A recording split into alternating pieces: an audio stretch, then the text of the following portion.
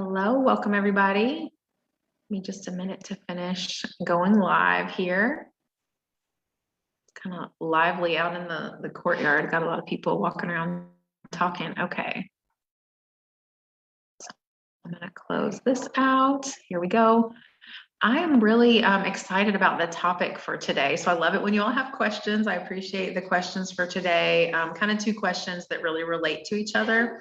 And it's related to this the concepts from, is it session 5 or 6? The inner outer self, the box with the collage or the painting or whatever, decorating it as the inner parts of who you are, these characteristics that are true to you that you may not feel comfortable sharing with others, versus the outer self, like the self that you present to others, that you feel more comfortable with, that people would describe you as these characteristics, right? And so for some people, and I think the goal for all of us, is that inner and outer self would be pretty similar. It's not that we share everything from our inner self with everyone else, but the goal is that there's not this sense of tension there, where we actually feel comfortable showing who we really are to others. And that's what we're doing in this process, the redefine process. We're moving more and more towards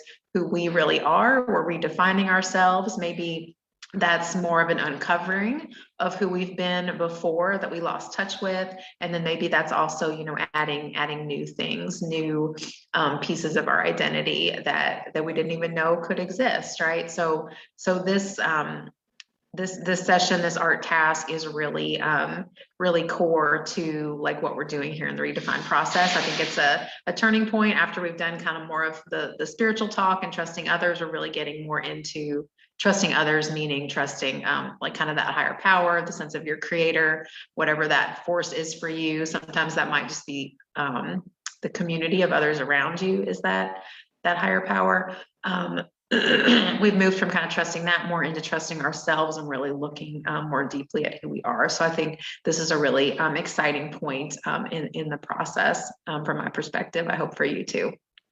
So I'm gonna drink some water, hold on.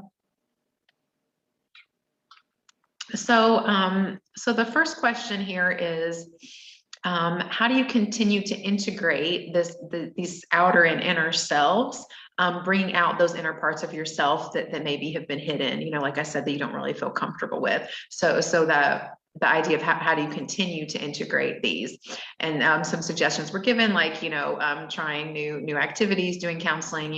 There's lots of things we can think of, but I want to share kind of my perspective on that, my answer for that.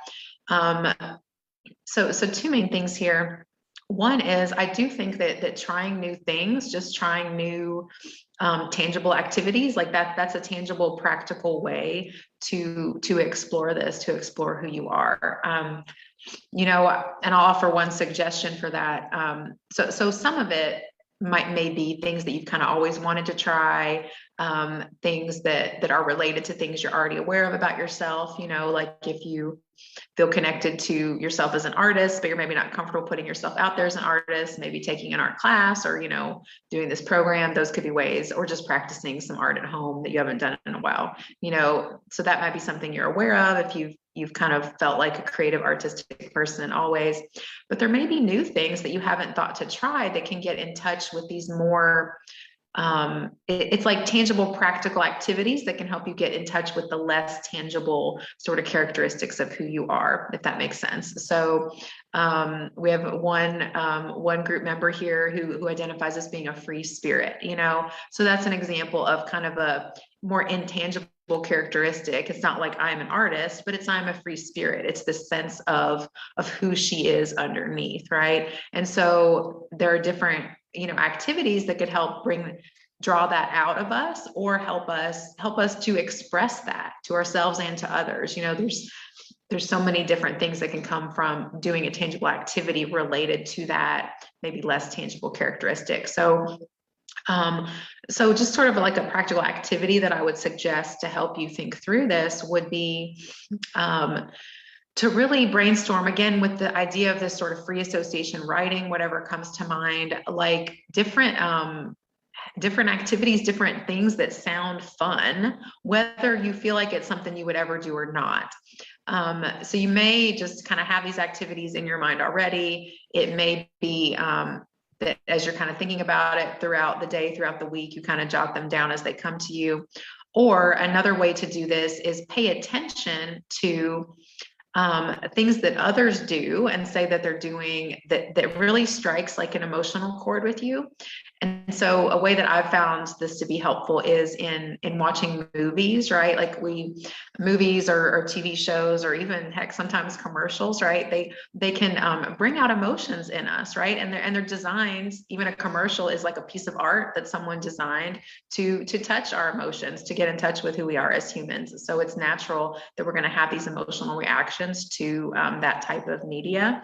Also, books that you read. I'm not really a fiction reader, but if you read like fiction stories, it's the same thing. You get drawn in emotionally to the characters and what they're doing. And also on social media, we see friends and family doing things, or, I follow lots of like inspirational like coaches, whether they're trauma coaches or just kind of a general life coach or relationship coach, financial coaches. I see things that they're doing and how they're living their life out, and I have emotional reactions to that and feelings about that. So pay attention to sort of your reactions to those things, and do some writing, do some journaling about that feeling that you had. An example I can give is a financial coach that I follow online. I don't work with her. I've worked with others in this area, but I really love her posts and enjoy her content. And she put up a picture like a couple months ago of when, I don't think it was recently, maybe a couple of years ago, of when she'd been on a solo trip to, I believe it was Costa Rica. And the picture of her was at the top of like a platform where she had been doing like a zip line, I think. And I had an emotional reaction to that, like, oh, good for her that she did that. And I didn't know that she went on this trip 2 years ago and did that. And I had all these emotions related to it. And I don't specifically think that I want to go to Costa Rica and do a zip line, right? Maybe you didn't know that about me, but that's not something in particular that I would want to do. So it's interesting for me to explore, well, why did I have this emotional reaction? What was it about that story, about that experience she had that connects to some inner part of me? I'm not somebody who goes to Costa Rica and does zip lines. Maybe I could be, maybe that is something that needs to come out, but what is it about that connects with me specifically? And for me, I think it was the idea of adventure, the idea of freedom to go travel by herself. I like to be by myself. I like to try new things along with the adventure theme. I like to try new activities, but it's not something that I do a lot of. Like I usually need somebody else to sort of prompt me to try something new, like certain friends who are good about that. And then I'll be like, okay, yeah, that sounds fun. But I'm not naturally, or maybe because of abuse and trauma, I'm not a person who is spontaneous, but I am a very playful person, and I like adventures when I do take that chance and do that, again, usually prompted by a friend's idea. And I used to be more like that when I was younger, as a lot of us were, but for me, that means also, before I was in the abusive relationship, when I was in my 20s, I was a little more adventurous. I also didn't have a child at that time. So that was part of what connected, what part of me and who I truly am connected to that. And so I was able to reflect on, well, what's a goal for me? What's something I could do to honor that adventurous, playful spirit in me? And I encourage you both to make big goals with this, big plans that might take place, in the future that take some planning and scheduling, but also small ways you could do that. So again, with this example, I could plan a trip. I love beaches. I love being in nature. I'm someone who sunburns easily, so I have to have a lot set up for me to be able to go spend the day on a beach. But I love being there, and it's a landscape that's very different from what I experience here in Louisville, Kentucky. I also love trees, which we have a lot of here, but we don't have mountains and desert, and we don't have oceans. And so those are two landscapes that I love to go visit. And haven't been to enough, especially in recent years. And so a longer term goal for me is to go on like a real vacation that is not with my child, that could possibly a solo vacation where it's a really luxury kind of experience where I can be outdoors and be on the beach. And it's this whole scenario that I have planned out in my mind, that is a longer term goal. Then we can have sort of these kind of middle ways of doing that, maybe going on a shorter trip, maybe some kind of less time consuming and less expensive, adventure. But then also in small things, like I could plan to go on a hike this weekend, that's being in nature. I think also part of it is doing something physical with my body, which I'm not athletic, don't think of myself as that type of person. But that's in me, so I think seeing that woman do the zip line, I was like, oh, I want to do something in nature that uses my body, but maybe not a zip line, so I could go on a hike. Like that's an easy thing that I tend to think, oh, I don't have time for that. But it's amazing how, and it might even sound like ridiculously simple as I say it, but I bet you have those things that you could go do that could tap into these pieces of who you are and what makes you resonate with that character in that movie or that book or person you saw on social media. Like there are things you could do to achieve some of that feeling in yourself that you just kind of write off or don't think about. And for me, that would be planning a time to go on a hike by myself, to have that self-care time in nature, doing something physical, and and just to have that experience of an adventure on some small level. Okay, so that was a long explanation, but just one example of how you can explore and brainstorm activities that are maybe out of the box, where you can live out whatever that inner characteristic is, the adventurer, the free spirit, the artist, whatever that is. Hold on. Also, from a therapeutic perspective, continuing to engage in things like this art process, the redefine process, or other therapy modalities like EMDR. We've talked about that in a previous coaching session. Anything that is activating the right and left sides of your brain. I'm excited right now. I'm actually in the midst of attending a 5-week training, like a class that is talking about bilateral stimulation through art therapy, bilateral drawing. So drawing with both hands.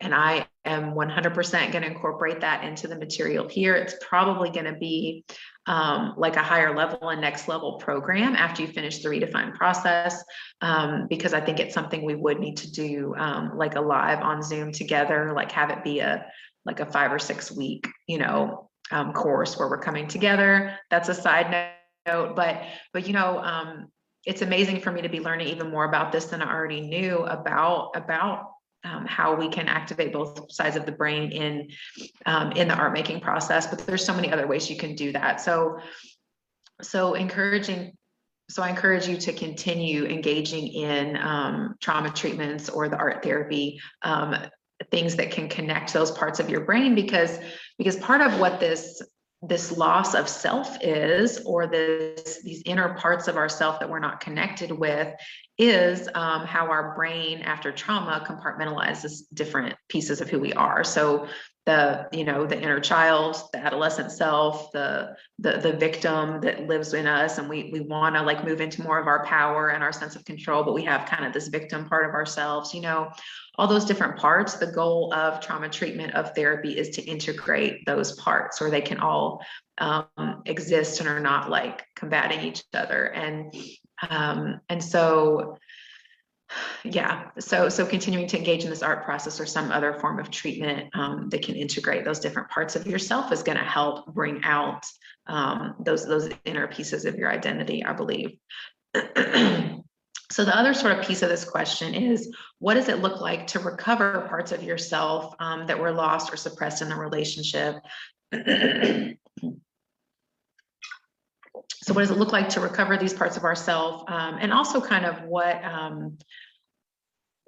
is it about narcissistic abuse that like does this? And so I'm going to answer that first. So there's so many different ways I could go with this, but But the first thing that popped in my head that I think is really true, I'm going to share with you because I think it's also like not a popular opinion. If you follow me on social media, you'll see sometimes I post videos that say unpopular opinion. And the things I share are really just truths that are hard for us to like want to accept. It's nothing like super controversial. And so one of my unpopular opinions I've shared is that, I didn't word it quite this way, but essentially that,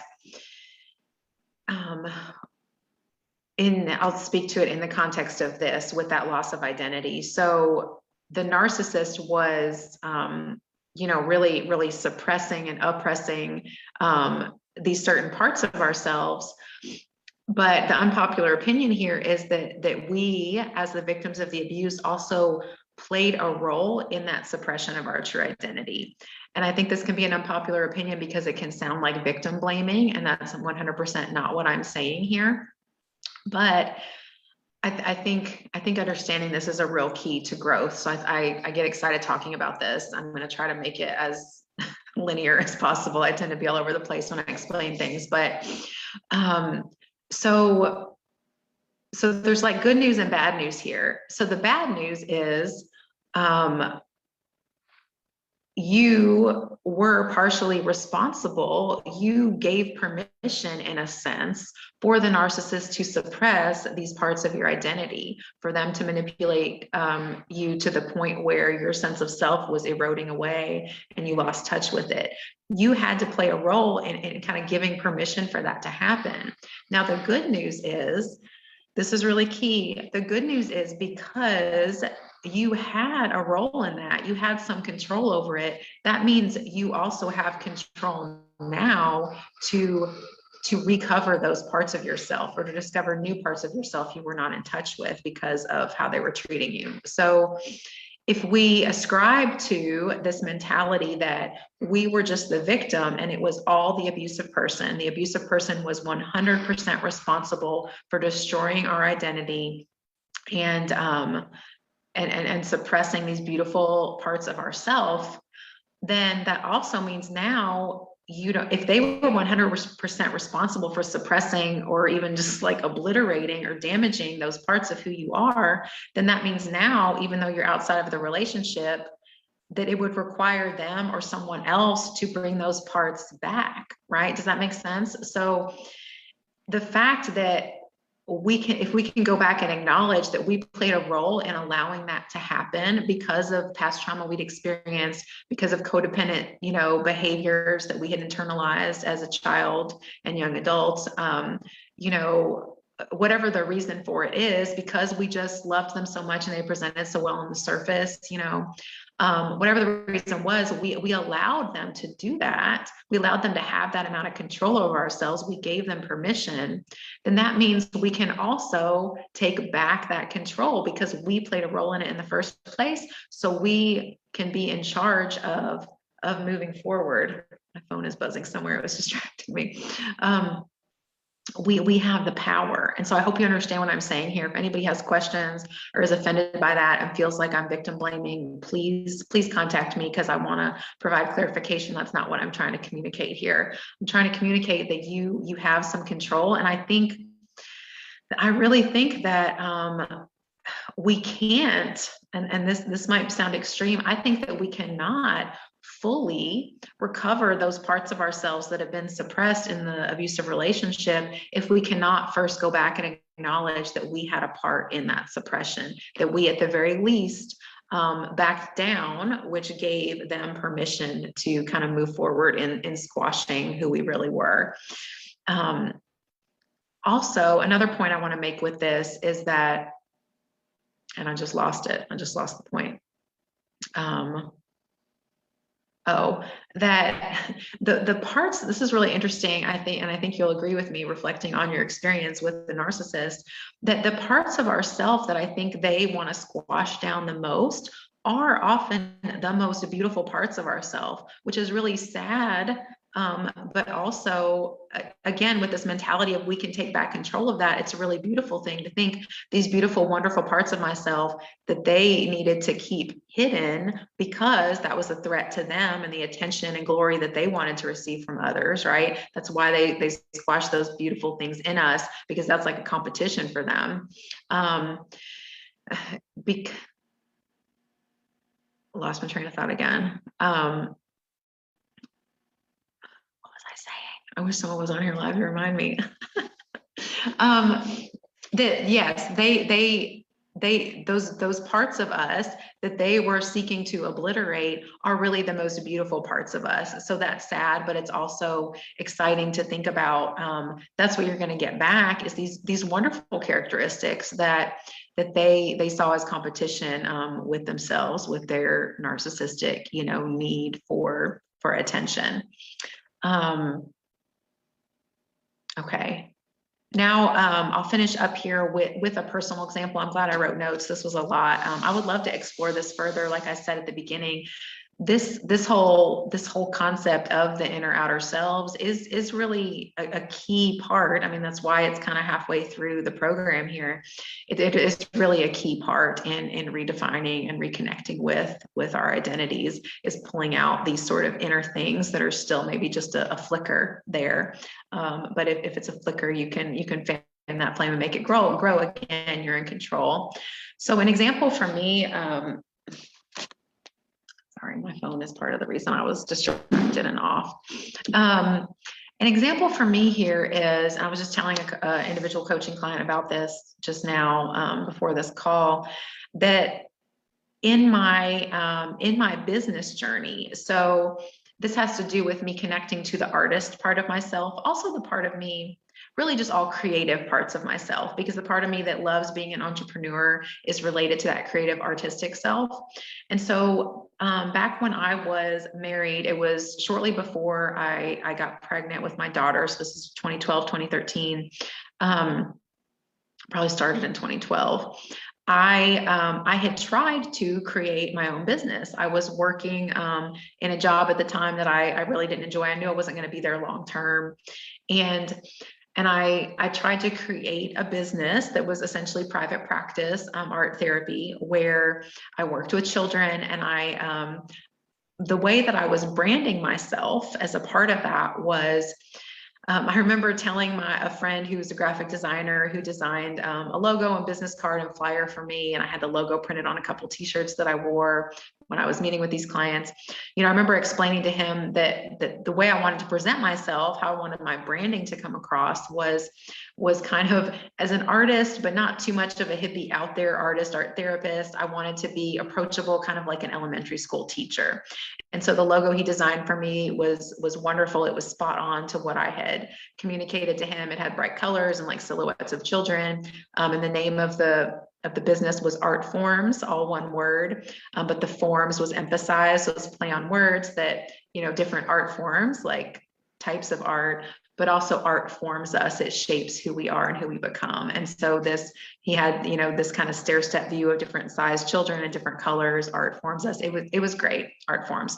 So that was my business. Like, it was really well thought out. Like, I won't get into all the details, but everything about how I was presenting my brand, it was all very well thought out, and it was based on a lot of skills that I genuinely had, that I, things I had learned, like, so in a sense, aspects of who I was, but really it was less focused on the core of who I was underneath.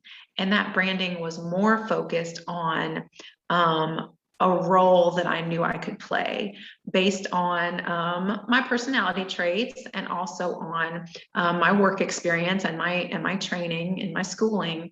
It was based on this role that I could play as a family art therapist, as an art therapist for children.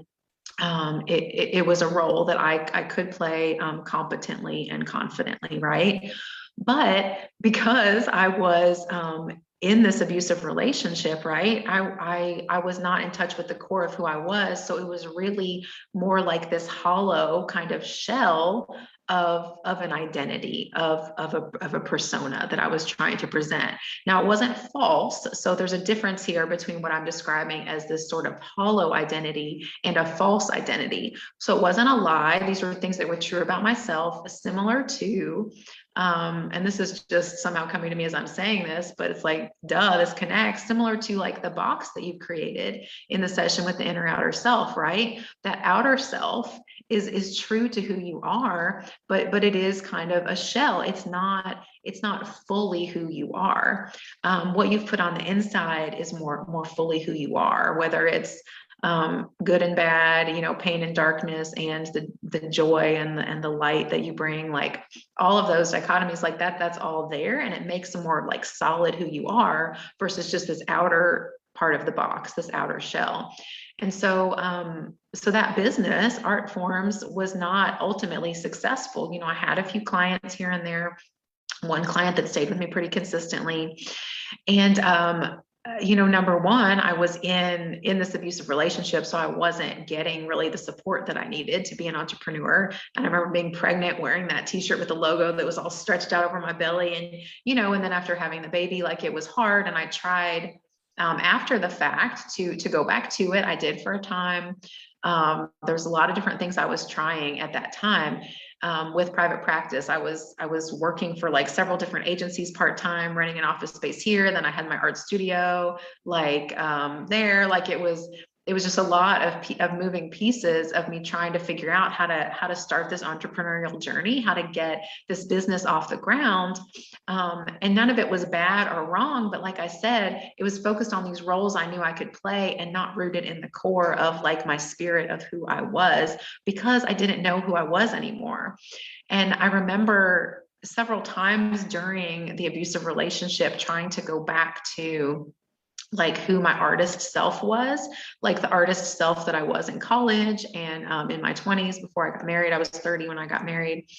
And it just, I had moments of that. So it's not like you can't have that when you're in the abusive relationship, but I couldn't fully connect with it, and certainly couldn't grow. So it was like best case scenario, I was still just kind of where I had been before, but not growing in who I was.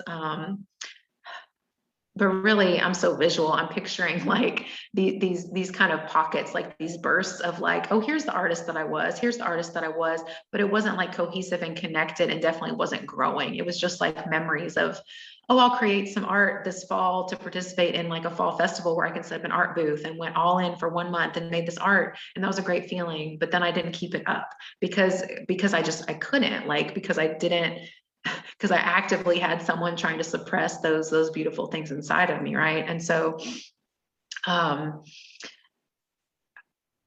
I had these different sort of pockets of remembering who I was, but it wasn't until being free from that abuse that I was able to really dive deep into exploring those characteristics. And now, I'm still very much on this journey, but the business that I have now that I've been able to launch, it's still nowhere near, all the wonderful plans that I have for it.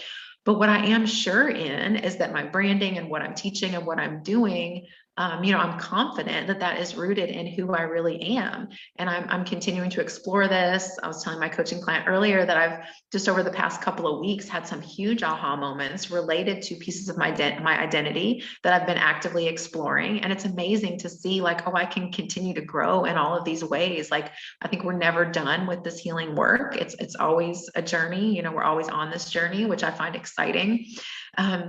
But I do feel, as far as my business and how I'm presenting myself to others, it is like the real Jennifer who I really am. And it doesn't mean I don't have moments of shifting out of that or questioning myself or moments of insecurity. I certainly do.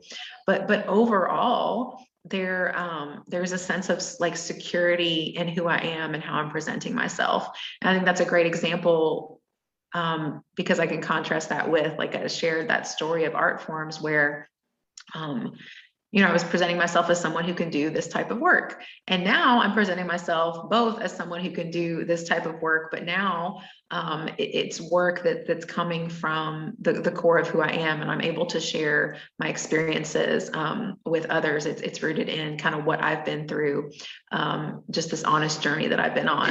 And not everybody's work or creative endeavors or goals have to be about, sharing your history of abuse by any means. This is just my example. I hope that you can see into this example and this journey that I shared with you from my life. I hope that you can connect that to pieces of your life, and maybe times, or maybe right now, where you're trying to do something, trying to move forward in some way in your life, whether it's with a new relationship or career path or some other, accomplishment that you want to achieve. And it feels like a little bit hollow, or maybe you're not aware of that. It just feels like it's not working and you're stuck. Consider if you're just basing things on that outside of your box, kind of that more hollow shell. And so the way that I've gotten here, kind of to answer again this part of the question of kind of how do we integrate these parts, it's through just continuing to do that therapeutic work, whether it was my artwork with myself or seeing a therapist. For me, it's been a lot of that inner work. And some of it has been, like I shared in the beginning, trying new activities, like being open to trying new things. But for me, a lot of it, just personally, honestly, has been about just that inner healing, and just exploring my emotions and my self-concept, my mindset about myself and about the world and the opportunities that are available to me, the level of control that I have over my life. All of those concepts just related to like more my inner, emotional world and my thoughts. That has been the most important work for me, because that's where the behaviors, kind of stem from. It doesn't mean we need to like get to a point where we figure out all that emotional stuff and then try some new activities. It's all together, but even if you're trying those new activities now, it's going to be kind of the emotions related to that move you forward. I hope that makes sense.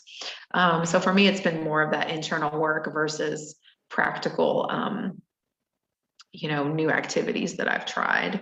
Although as a part of that, I've made choices along the way. I've made bold choices that were hard to do, like renting my first art studio here at Melwood Art Center was huge. I've shared that story a lot before. Making the decision to buy a house was huge. Making a decision to launch this business, to quit my full-time job, down to even, smaller things like choosing to do a yoga video, or I went to my first in-person yoga class a few months ago, and it's not something I've kept up. That's complicated with scheduling and the classes that are offered and what I'm looking for. But that was a big step for me to actually go to an in-person yoga class. It was very uncomfortable for me, the thought of that. But then once I did it, it was amazing. And so, so those are some examples of some steps that I've taken, kind of fought through the resistance that I've felt of, oh, this might be uncomfortable, but I've done it anyway. But again, the reason I was able to do that is because I've been doing that emotional internal work. And then you take a leap and you try an activity, and then that creates more emotions and more aha moments, and you can go back and kind of process those, and then lead you to trying something else new. All right, I hope that was helpful for you. I love this topic, and would be happy to talk about it more or answer more specific questions, like if there's a specific way that you all are seeking to do this, to explore this inner outer self, and you want feedback on that. Yeah, I'd be happy to get more specific with it if you all want to share more about this. I look forward to seeing you next week. I am hopefully within a week or two away from having the app, the Redefined app, officially launched and live. And so you all will be the first to go explore that before I start doing my bigger marketing over the next few months. So just a quick update on that it is coming very soon. We're in the final stages. All right. Thank you so much, overcomers. And let me know what other questions you have. Otherwise, I'll see you in our chat, our group chat.